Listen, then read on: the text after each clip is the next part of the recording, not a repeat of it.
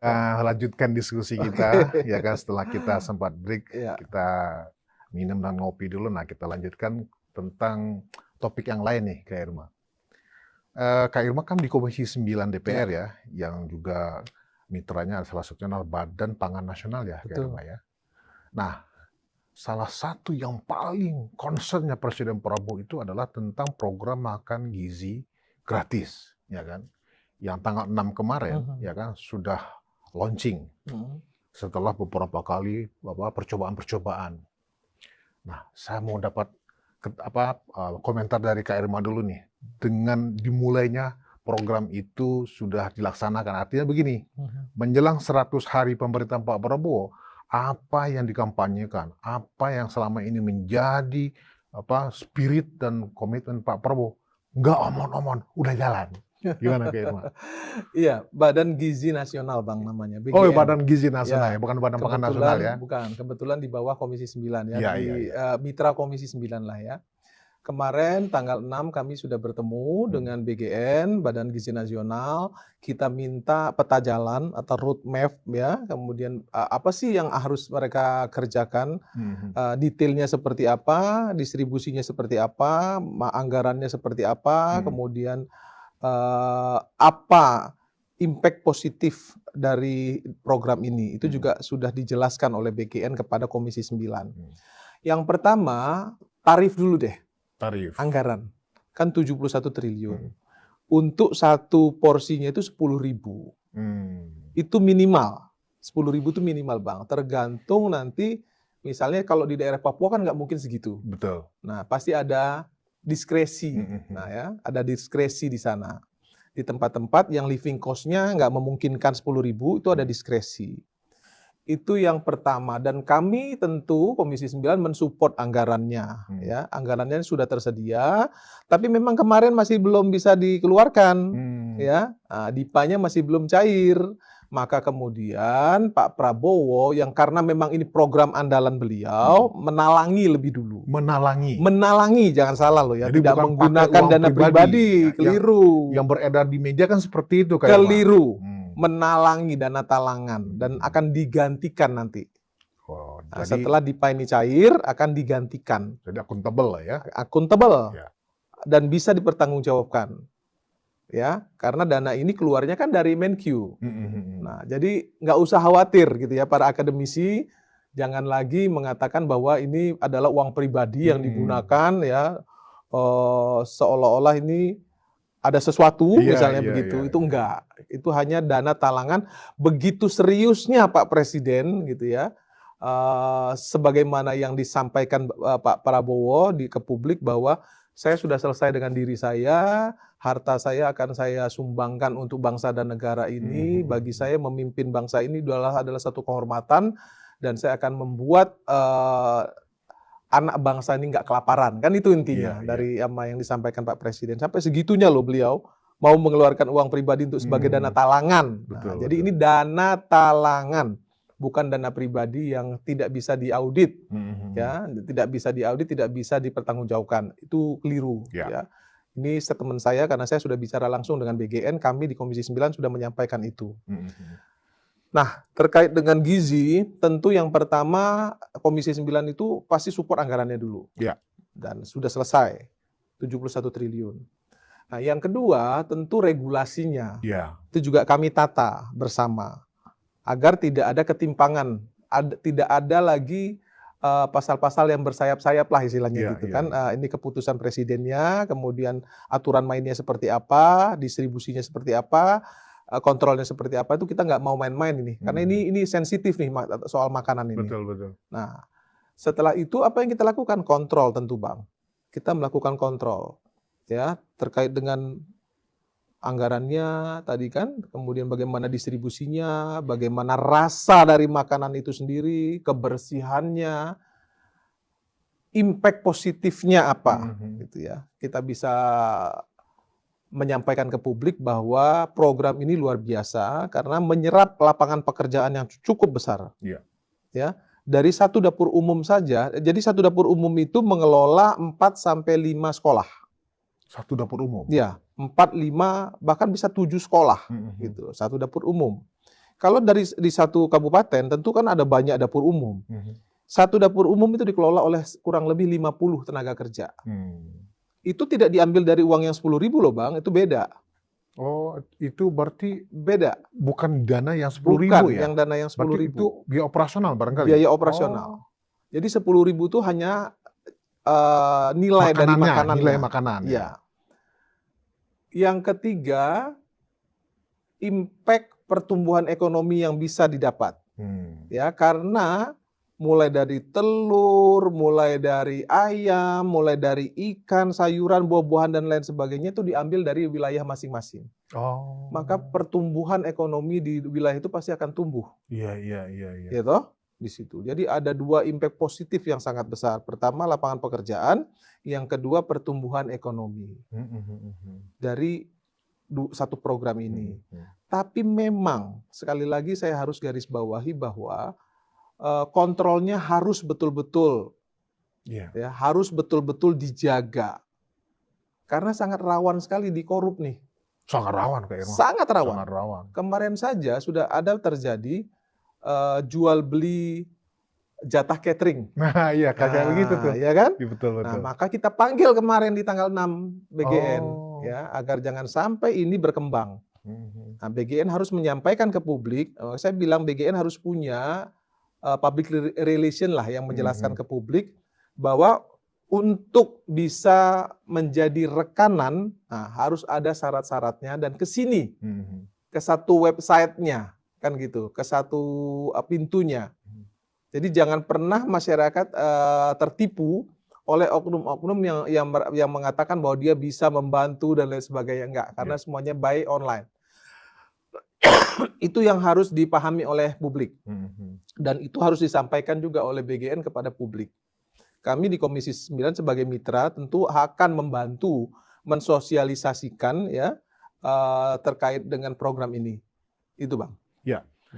Kita ingat kalau nggak salah sekitar bulan lalu itu Ketua Umum PDIP Bu Mega sempat menyampaikan kritiknya kepada Presiden Prabowo tentang nilai 10.000 itu Kak Irma.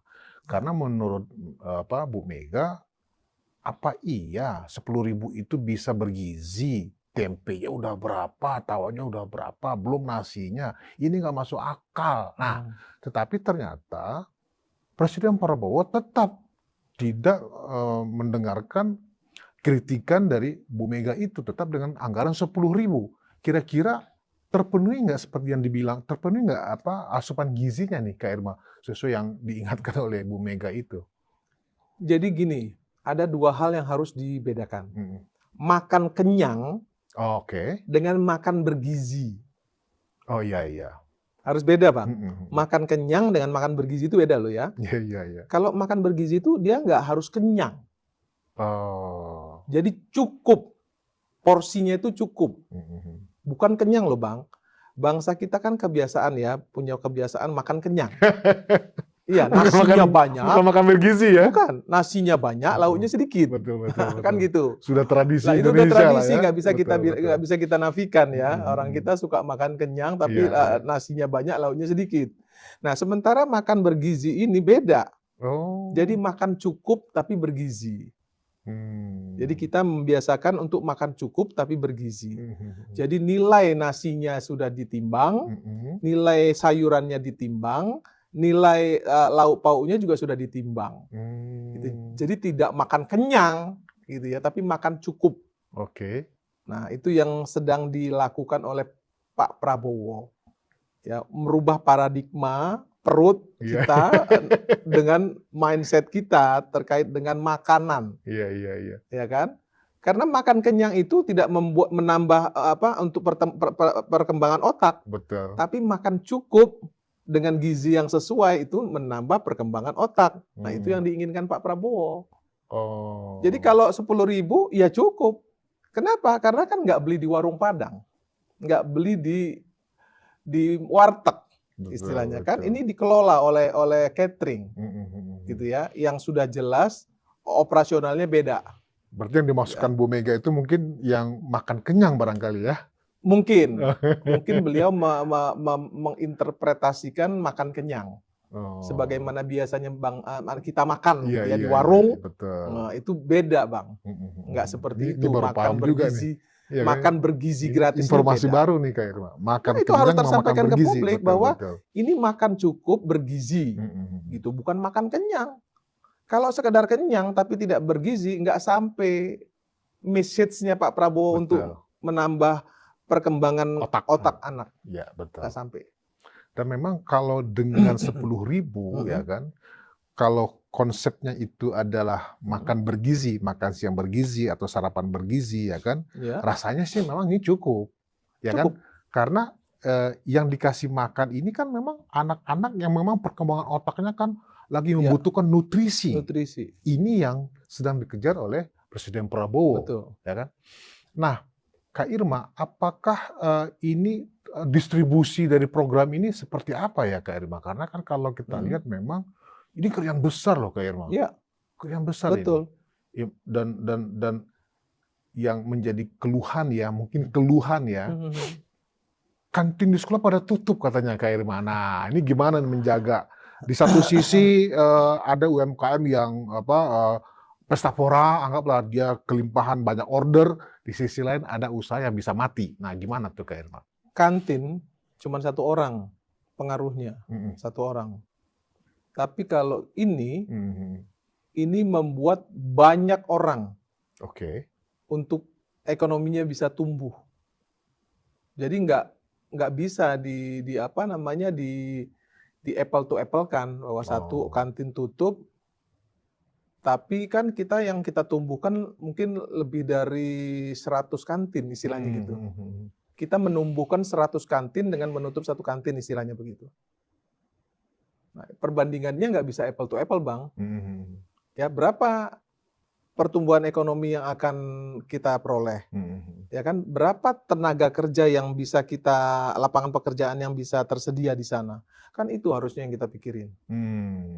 Ya, bukan sekedar bicara satu kantin sekolah itu akan tutup gitu, tapi berapa nih yang bisa kita dapatkan, lapangan pekerjaan berapa yang bisa kita dapatkan? Atau bisa jadi kantin-kantin yang pengelola kantin di sekolah itu kan kalau sekolah tuh ada misalnya 100.000 kan berarti ada 100.000 kantin juga, anggap begitu Kak Irma.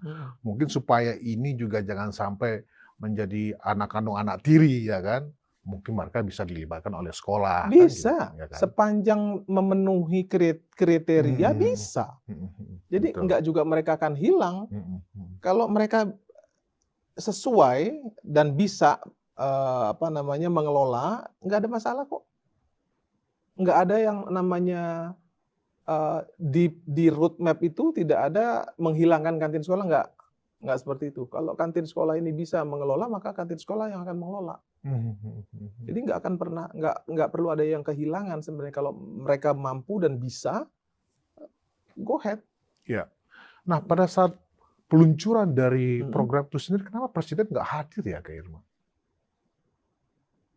Memang Presiden harus hadir gitu ya? Apa karena memang ada agenda? Kan ini kan program yang seperti yang Kak Irma bilang tadi, ini kan prioritasnya dari Presiden Prabowo ini makan gizi gratis ini, bahkan lebih dari yang lain, ya kan? Dan jangan-jangan memang publik memilih Pak Prabowo pada saat kampanye Pilpres kemarin, wah ini yang ditunggu kan begitu. Tapi pada saat peluncuran beliau nggak hadir gitu. Ini kan banyak juga dipertanyakan oleh masyarakat. Kita itu kenapa ya harus selalu berpikiran seperti itu? Itu harus selalu hadir Presiden gitu ya. Kalau nggak hadir dipertanyakan dan lain sebagainya. Lah kan yang penting ini Presiden sudah menunjuk Badan Gizi Nasional, ya kan, untuk melaksanakan ini. Apa perlunya Presiden harus hadir di launchingnya segala macam? Saya kira itu nggak terlalu penting juga, nggak penting juga untuk beliau hadir, karena mungkin beliau punya agenda yang lebih penting lagi di yang lain. Toh mereka sudah tunjuk Badan Gizi Nasional, dan tinggal panggil Badan Gizi Nasionalnya untuk mendapatkan informasi, kan itu yang paling penting sebenarnya. Nggak perlu seremonial seperti itu. Jadi itu bukan sesuatu yang hal yang kemudian menjadi aneh gitu ya, Kak Irma ya? Apa anehnya gitu loh? Seolah-olah kok Presiden katanya ini gitu? program yang sangat diprioritaskan, tapi seolah-olah nggak diperhatikan, ya kan? Loh kalau nggak diperhatikan nggak mungkin dong anggarannya disiapkan sedemikian bagusnya, Mhm. dibentuk badannya, ya kan? Badan Gizi Nasionalnya dibentuk sama presiden. Kemudian orang-orang yang duduk di sana juga pilihan presiden, kan nggak mungkin nggak diperhatikan oleh Berarti presiden. memang masyarakat kita mungkin terlalu sayang juga sama presiden gitu. Jadi kalau nggak hadir Iya, Presiden masyarakat kita Prabowo-nya, tuh terlalu iya, iya, sayang iya, iya. dan selalu ingin apa namanya presiden Iya, hadir betul, gitu ya betul.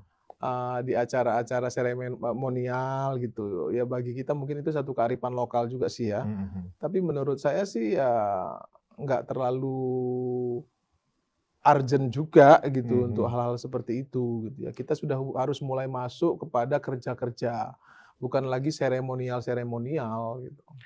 Nah, tentang bagaimana, implementasi dari program ini, itu nanti jadwalnya seperti apa Kak Irma? Dan Mhm. di provinsi-provinsi mana saja yang diprioritaskan Nah, terlebih dahulu? Itu ini gimana Kak kan Irma? ada satu masalah sebenarnya Bang Ya. ya, antara anggaran penurunan stunting Mhm. dengan anggaran makan bergizi Iya. gratis.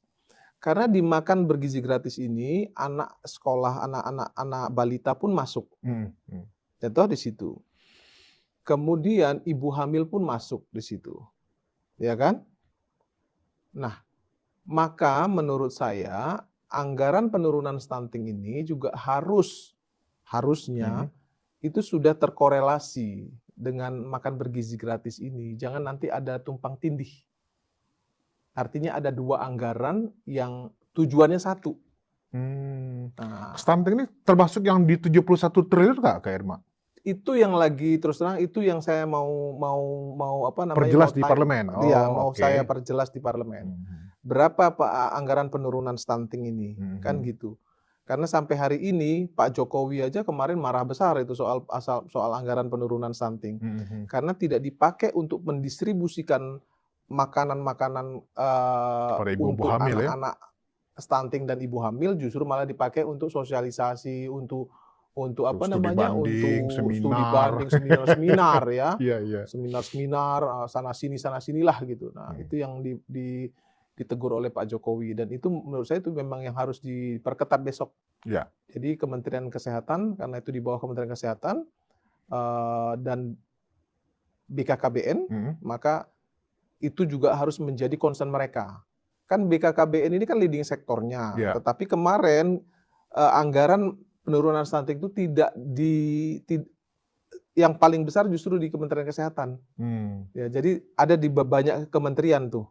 Nah, itu juga sebenarnya harusnya under ya, responsibel atau tanggung jawabnya BKKBN Mmm. sebagai leading sektor Iya. gitu. Ini kan leading sektor yang BKKBN, tapi BKKBN-nya seperti cuman sekedar numpang di sana gitu kan, di anggaran itu kan nggak bener juga gitu. Nah, itu yang harus juga udah mulai di-spread lah ya, di apa, diperjelas gitu oleh pemerintah soal anggaran ini supaya jangan mubazir anggarannya. Iya. Nah, mengenai, lokasinya Kak Irma, Mhm, karena kan 71 triliun itu sebenarnya kecil ya dengan luasnya wilayah mhm, kita. Dan, publik hanya memahami bahwa ini pasti ke provinsi-provinsi yang tergolong miskin terlebih dahulu, itu kan yang mhm. atau jangan-jangan ke wilayah yang padat penduduk dulu. Nah, ini gimana Kak Irma pengaturannya itu nanti? Sudah Mhm, dihitung oleh, Badan Gizi Nasional berkoordinasi dengan, Kementerian Pendidikan, sudah dihitung sekolahnya berapa, mhm, kemudian, berapa jumlah muridnya, dan berapa anggarannya sudah dihitung, Bang. mmm, Jadi sudah benar-benar dihitung oleh mereka gitu. Tapi saya sih sebenarnya nih, Bang, ya, saya pribadi, kok saya lebih merasa, lebih baik yang diberikan makan bergizi gratis ini anak TK, mhm, ya kan. Karena kalau anak-anak, ibu hamil itu kan sudah ada anggaran di penurunan stunting. iya, Jadi anak TK sampai dengan anak SMP sebagaimana yang dilakukan Jepang, itu yang wajib? yang wajib. Menurut saya, Mhm, anak SMA saya kira udah nggak perlulah dikasih sebetulnya kalau menurut saya pribadi ya, iya, saya iya, sih lebih senang itu. Tetapi kemudian nilainya lebih ditinggikan gitu ya. Hmm. Dari 10.000 menjadi 15.000 yang kemarin gitu. Tapi cukup sampai SMP gitu. Karena di Jepang itu cuma sampai SMP. Dan SMP yang anak-anaknya orang kaya itu tidak diberikan. Oh. Tapi tetap harus mendapat makanan bergizi gratis, tapi mereka mengiur Mengiur. di Jepang. Mengiur, orang tuanya mengiur Oh, ke sekolah. ke sekolah. Oh, oke. Tetap mendapatkan makanan itu, tapi mereka mengiur yang anak-anaknya orang kaya ini. Supaya seragam makannya. Supaya seragam tetap. Oh, Semuanya tetap gitu. dapat, tapi mereka mengiur. Oh, Itu hebatnya gitu. Jepang. Kita belum seperti itu Kita ya. belum seperti itu. Jadi event itu di satu sekolah, kan nggak semuanya juga Nggak, orang tuanya iya. nggak mampu kan. Heeh. Bagi yang mampu tetap itu Mampu ikut dan semua. nggak mampu semua dapat sama oleh Pak Prabowo. Iya, Hebatnya iya, itu iya. Indonesia begitu. Iya, iya. Saya makanya bilang juga bahwa BPJS Indonesia tuh terhebat di dunia loh. Mohon maaf. Meskipun masih banyak kekurangan ya dalam akses pelayanan kesehatan, tapi BPJS Indonesia itu luar biasa. Indonesia itu kapan aja mau ketemu dokter bisa kok. Kalau di luar negeri kan bikin appointment dulu, Iya, baru iya, bisa iya, ketemu iya. dokter. Nggak bisa sembarangan kita mau ketemu dokter. Kayak kita hari ini langsung datang ke rumah sakit ada dokternya, gitu ya. Jadi kurang lebihnya Indonesia itu masih jauh lebih bagus soal pelayanan kesehatan. Meskipun mungkin kualitasnya jelas berbeda, gitu ya. Kalau di luar negeri kan, kalau nggak sakit parah itu nggak dikasih obat, suruh istirahat. Berarti dalam pelaksanaan yang sejak launching tanggal 6 Januari kemarin, Kak Irma, itu berarti wilayah-wilayah atau sekolah-sekolah di provinsi mana aja dulu tuh, Kak Irma? Saya baru mendapat informasi di 96 kabupaten. Oke. Yang sudah dilaksanakan. Itu merata semua atau hanya dikonsentrasi di Jawa? 96 kabupaten. Saya nggak hafal ya kabupaten, tapi baru di 96. Nah, tapi sudah sekarang setelah pencairan DIPA anggaran keluar, itu akan turun semua ke semua kabupaten. Nah, kalau kita lihat program ini kemanfaatannya memang nggak diragukan, Kak Irma, ya kan? Nah, persoalannya adalah daya dukung anggaran nih, daya dukung APBN kita. Ya. Tahun ini aja hanya 71 triliun, ya kan? Kalau dilihat total dari 400 triliun kalau nggak salah. Nah, ini signifikansi dari program ini kepada daya beli masyarakat, tingkat konsumsi rumah tangga yang akan berkontribusi nanti kepada pertumbuhan ekonomi. Sejumlah ekonom meragukan bahwa program ini akan mampu mendongkrak pertumbuhan ekonomi mencapai 8% itu. Nah, dari beberapa rapat koordinasi Komisi 9 dengan pemerintah terkait makan gizi gratis ini, gimana Kak Irma tentang hal Saya itu? kira nggak bisa ya kalau cuma sekedar makan bergizi gratis ini kemudian mampu mendongkrak yang 8%. Saya kira nggak bisa. Bukan itu, bukan di situ fokus Pak Prabowo. Masih banyak lagi bagaimana meningkatkan pemberdayaan UMKM, ya, peningkatan daya beli masyarakat melalui UMKM itu juga menjadi bagian dari untuk bisa meningkatkan pertumbuhan ekonomi kita. Nggak cuma dimakan siang gratis ini, Bang. Kalau cuma dari sini nggak bisa, Bang. Sangat tidak bisa, saya yakin. Nah, sebenarnya anggaran untuk makan bergizi gratis itu nggak sulit kalau menurut saya sih.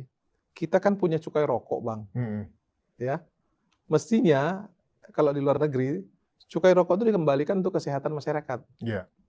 Kan ada 150 triliun per tahun, kurang lebih.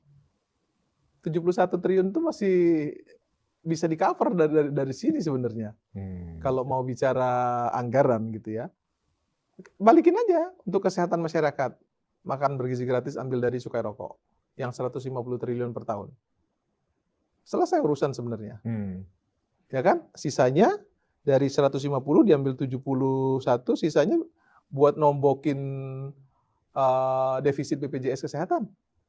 20 triliun. Gitu? Ini sekarang ini BPJS itu defisit 20 triliun. Ya.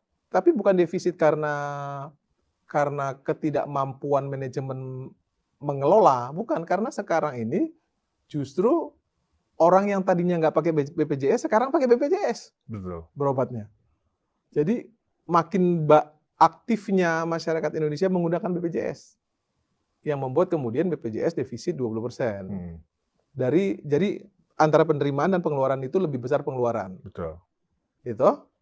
Kenapa bisa begitu? Utilisasinya, tarif inasi bijisnya naik, kapitasinya naik, orang yang berobat naik. Itu menjadi problem. Nah, bagaimana caranya kemudian sedikit Menutupi. ini menyimpang sedikit ya dari makan bergizi gratis, tapi ada kaitannya agar BPJS juga nggak collab gitu ya, nggak bukan collab sih, turun ya ininya kayak defisit ya. Ya seharusnya promotif preventifnya digalakkan gitu. Jadi jangan kuratifnya yang ditinggikan. Jadi selama ini kita selalu membayari orang sakit. Harusnya kita membuat rakyat ini sehat. Nah, dengan makan bergizi gratis ini, masyarakat sehat sehingga nanti masyarakat karena kalau dia sehat kan dia nggak harus ke rumah sakit.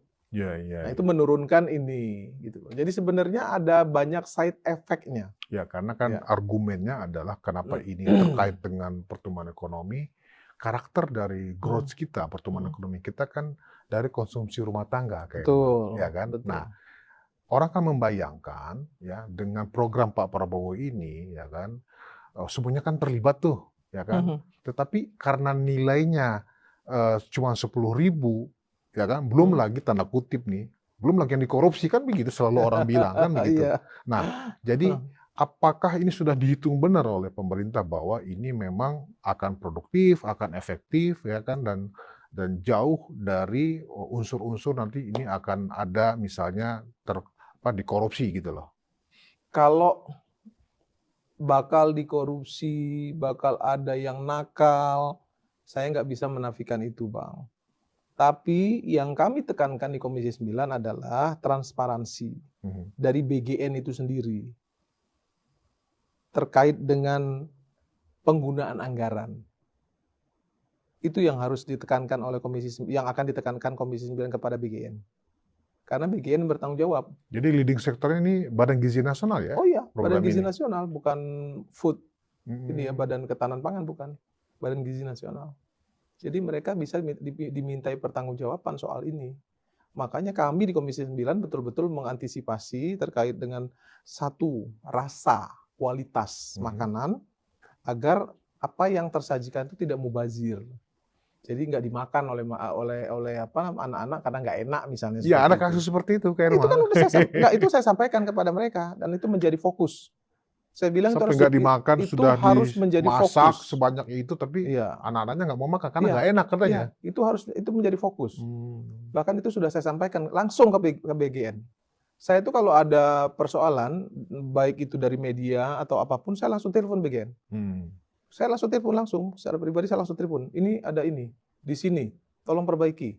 Ini ada ini di sini, saya langsung minta diperbaiki. Itu cara kerja saya, Bang, sebagai anggota dewan. Jadi saya nggak hanya sekedar bicara ketika RDP, saya nggak mau.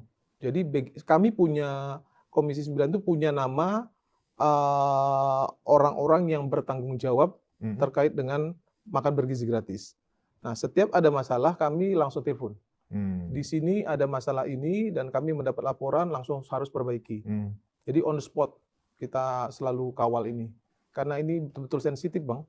Jadi perlu mendapatkan perhatian yang lebih lah ya daripada mitra-mitra yang lain. Berarti SOP-nya sudah dibuat ini ya, sudah ya? Kan saya tadi bilang roadmap-nya sudah kita terima secara detail ya, tapi kita memang terus harus nggak boleh selesai begitu aja. Jadi kita secara berkesinambungan ya terus melakukan kontrol terhadap program ini.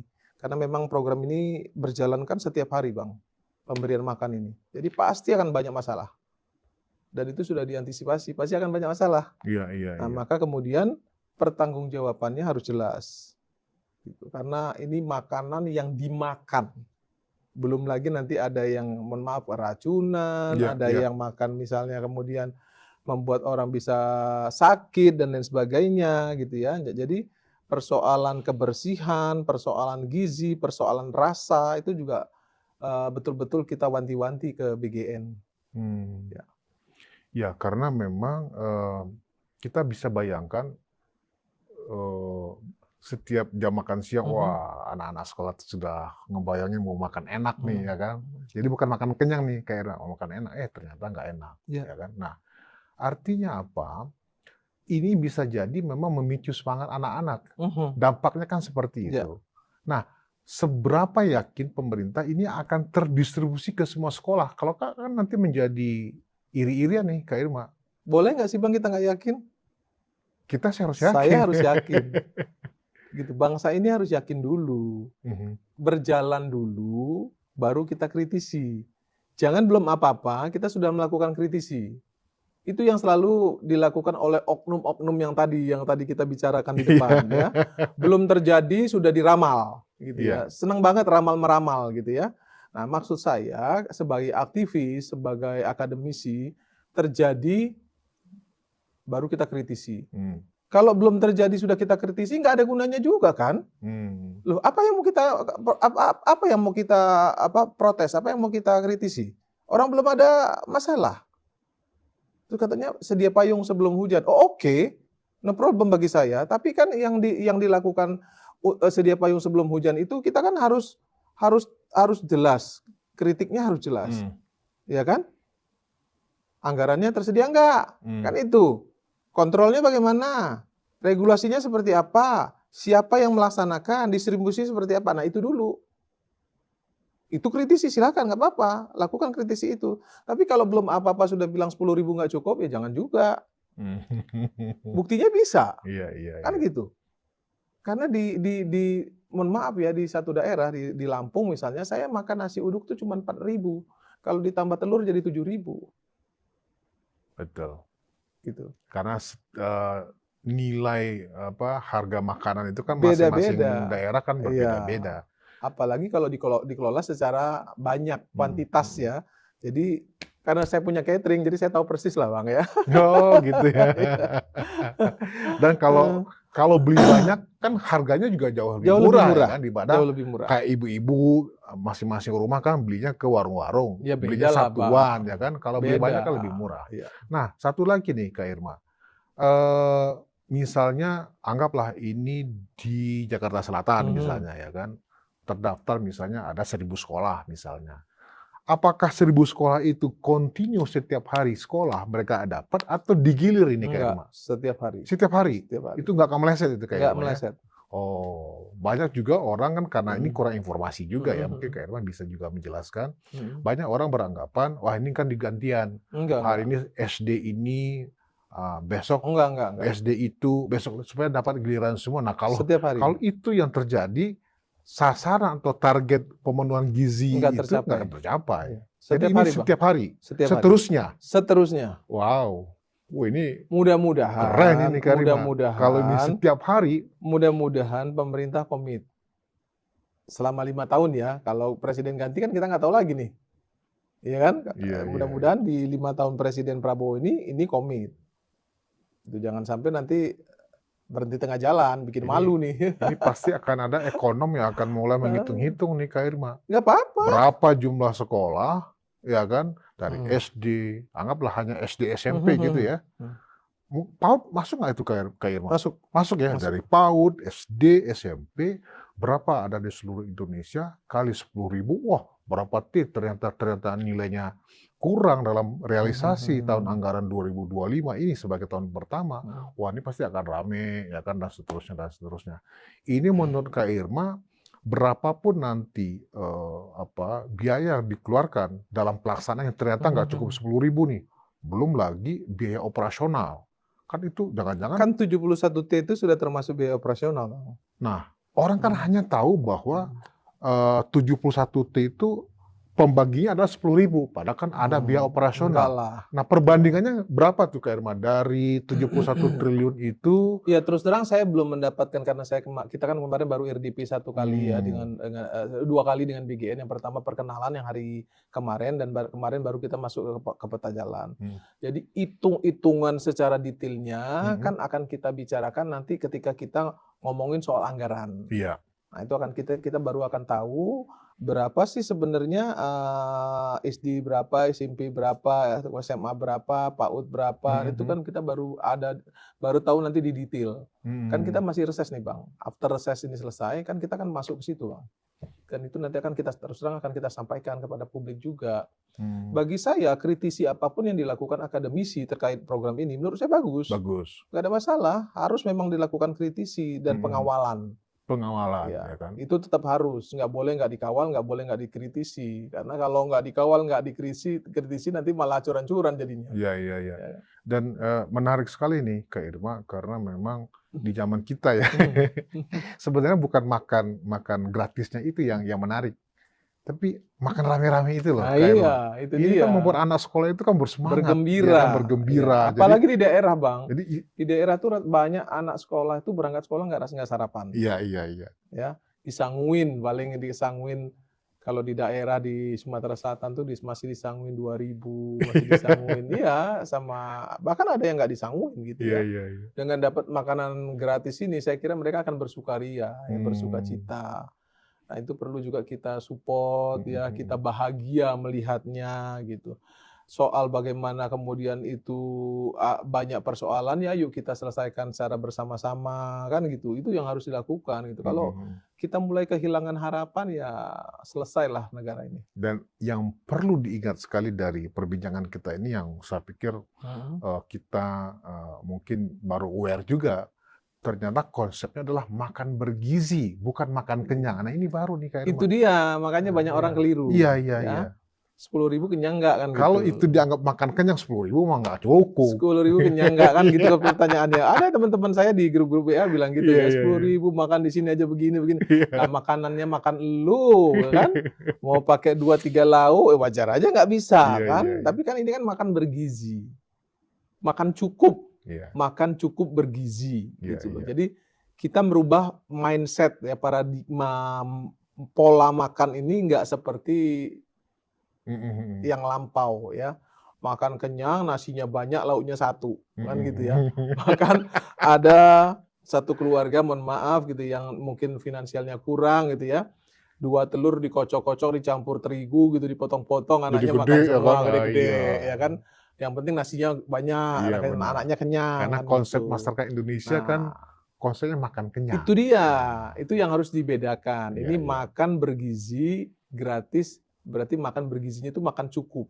Jadi nasinya cukup, lauknya cukup, sayurnya cukup, buahnya ada. Nah itu aja cukup. Benar. Jadi makan cukup, bukan makan kenyang. Kalau makan kenyang nggak mungkin. Iya. Kenyang untuk apa kalau nggak masuk, nggak menjadi otak, nggak menjadi penambah pertumbuhan otak. Yang ada kalau kenyang ngantuk. Udah malah keluar lagi jadi sampah. Terima kasih Kak Irma. Ini sesuatu yang baru ini ya kan, bahwa publik menjadi tahu sekarang bahwa program makan gizi gratis ini lebih kepada konsep makan bergizi, bukan makan kenyang. Bukan. Itu saya pikir temuan kita dalam perbincangan ini.